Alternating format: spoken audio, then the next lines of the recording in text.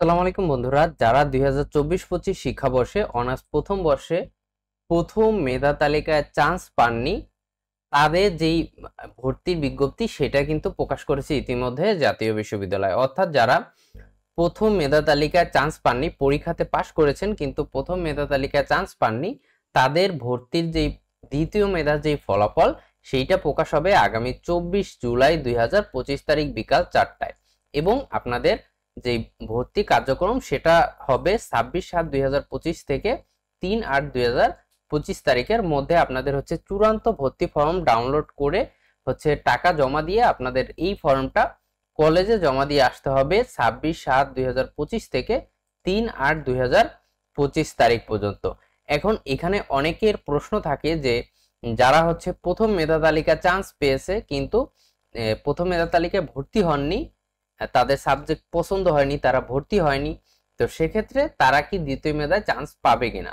না, এখানে তারা দ্বিতীয় মেধায় আর চান্স পাবে না। যারা প্রথম মেধায় তালিকাভুক্ত হয়েছিলেন তারা কিন্তু এই মেধায় চান্স পাবেন না। শুধুমাত্র তারাই চান্স পাবেন যারা হচ্ছে দ্বিতীয় মেধায়, প্রথম মেধায় চান্স পাননি, শুধুমাত্র তারাই হচ্ছে এই দ্বিতীয় মেধায় চান্স পাবেন। এবং একই সাথে যারা হচ্ছে আপনার মাইগ্রেশন ইয়েস দিয়েছিলেন, অর্থাৎ বিষয় পরিবর্তনের জন্য মাইগ্রেশন ইয়েস দিয়ে ভর্তি হয়েছিলেন, তাদেরও ফলাফল কিন্তু একই সাথে প্রকাশ করা হবে। যদি আপনার সাবজেক্ট পরিবর্তন হয় সেক্ষেত্রে আপনাকে কি করতে হবে? আপনাকে এই তারিখের মধ্যে চূড়ান্ত ভর্তি ফরম, অর্থাৎ আপনি সাবজেক্ট পরিবর্তন হয়ে যেই সাবজেক্টে যাবে, অর্থাৎ ধরুন আপনি অর্থনীতিতে ভর্তি হয়েছেন, আপনার সাবজেক্ট পরিবর্তন হয়ে রাষ্ট্রবিজ্ঞানে চলে গিয়েছে, তো আপনি কি করবেন? জাস্ট চূড়ান্ত ভর্তি ফর্মের যে পিডিএফ ফাইলটা আছে সেই ফাইলটা আপনাকে প্রিন্ট করতে হবে। প্রিন্ট করে সেইটা আপনাকে যেই বিভাগে আপনি পরিবর্তন হয়ে যেই বিভাগে আপনি চান্স পেয়েছেন সেই বিভাগে জমা দিতে হবে।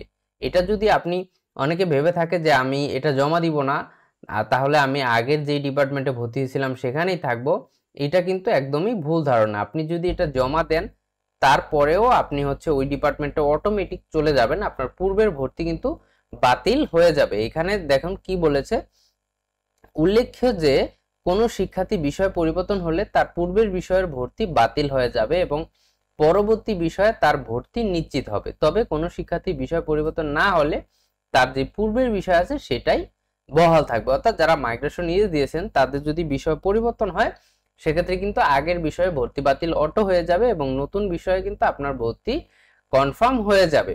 আর যারা হচ্ছে আপনার কি করবে, ভর্তি বিষয় পরিবর্তন হবে না, তারা কিন্তু পূর্বের বিষয়ে ভর্তি বহাল থাকবে। আর যারা হচ্ছে বিষয় পরিবর্তনের হবে তাদের বিষয় পরিবর্তনের ফর্ম সংশ্লিষ্ট কলেজের অনলাইনে নিশ্চয়ন করার কোনো প্রয়োজন নাই। শুধু আপনি জাস্ট যে ফর্মটা আছে সেটা শুধু যেই বিভাগে আপনি পরিবর্তন হয়ে গিয়েছেন সেই বিভাগে জমা দিয়ে আসলেই হবে, আর বাকি কাগজপত্র, টাকা পয়সা আর কোনো কিছুর প্রয়োজন নাই। কিন্তু এখানে একটা প্রশ্ন আছে, যারা হচ্ছে ধরুন অনেকে আছে প্রথম চয়েস দিয়েছেন সায়েন্সের একটা সাবজেক্ট কিন্তু আপনি চান্স পেয়েছেন আর্টসের একটা সাবজেক্টে, সেক্ষেত্রে কিন্তু আপনার কিছু টাকা জমা দিতে হতে পারে যদি আপনার মাইগ্রেশন হয়ে সায়েন্সের সাবজেক্টে চলে যায়। আর আরেকটা বিষয় এখানে বলা হয়েছে, যারা হচ্ছে পূর্বে ভর্তি ছিলেন, অর্থাৎ দ্বৈত ভর্তি আছেন, যারা ধরুন অন্য কোনো জাতীয় বিশ্ববিদ্যালয়ের অধীনে অন্য কোথাও দ্বৈত ভর্তির কারণে শিক্ষার্থীদের যে 24-25 শিক্ষাবর্ষে ভর্তি রেজিস্ট্রেশন বাতিল বলে গণ্য হবে। অর্থাৎ আপনি যদি ভর্তি অন্য কোথাও থেকে থাকে বা 23-24 শিক্ষাবর্ষে বা কোনো শিক্ষা কার্যক্রমে যদি ভর্তি থাকে তাহলে অবশ্যই আপনাকে 31 জুলাই 2025 তারিখের মধ্যে আপনাকে কিন্তু ভর্তি বাতিল করে দেন হচ্ছে আপনাকে এই দ্বিতীয় মেধায় ভর্তি হতে হবে। তো আপনাদের যে ভর্তি ফলাফল সেটা আগামী 24 জুলাই প্রকাশ হবে এবং আপনারা সেটা এসএমএস এর মাধ্যমে দেখতে পারবেন। এই যে এখানে এসএমএস কিভাবে করবেন সেটাও দেখানো আছে, অথবা আপনার ওয়েবসাইট থেকেও দেখতে পারবেন। যদি কেউ ফলাফল দেখতে সমস্যা হয় অবশ্যই আমাদের ইনবক্স করবেন, ফেসবুকে ইনবক্স করবেন অথবা হোয়াটসঅ্যাপে নক করবেন, আমরা চেষ্টা করব আপনার ফলাফলটা দেখে আপনাদের মাঝে শেয়ার করার জন্য। এরপর যদি ভর্তি সম্পর্কিত কারো কোনো প্রশ্ন থাকে, অনেকেই প্রশ্ন করেছেন যে যারা হচ্ছে প্রথম মেধায় চান্স পেয়েছে তারা তো আর দ্বিতীয় মেধায় চান্স পাবে না, সেক্ষেত্রে তারা কি করবে?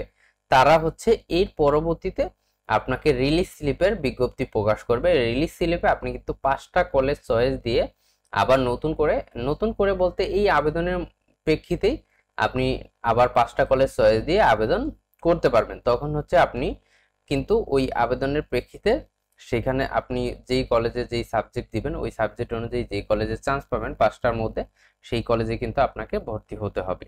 যারা প্রথম মেধার তালিকায় চান্স পেয়েছিলেন কিন্তু ভর্তি হননি তারা কিন্তু দ্বিতীয় মেধার তালিকায় চান্স পাবেন না। আবার যারা দ্বিতীয় মেধার তালিকায় চান্স পাবেন কিন্তু ভর্তি হবেন না তারাও কিন্তু সেম ভাবে রিলিজ স্লিপে আবেদন করতে পারবেন। তো আশা করি ভর্তি বিষয়ক সকল প্রশ্নের উত্তর পেয়েছেন। তারপরে কারো কোনো প্রশ্ন থাকলে অবশ্যই ভিডিওর কমেন্টে করবেন, আপনার প্রশ্নের উত্তর দেওয়ার চেষ্টা করব।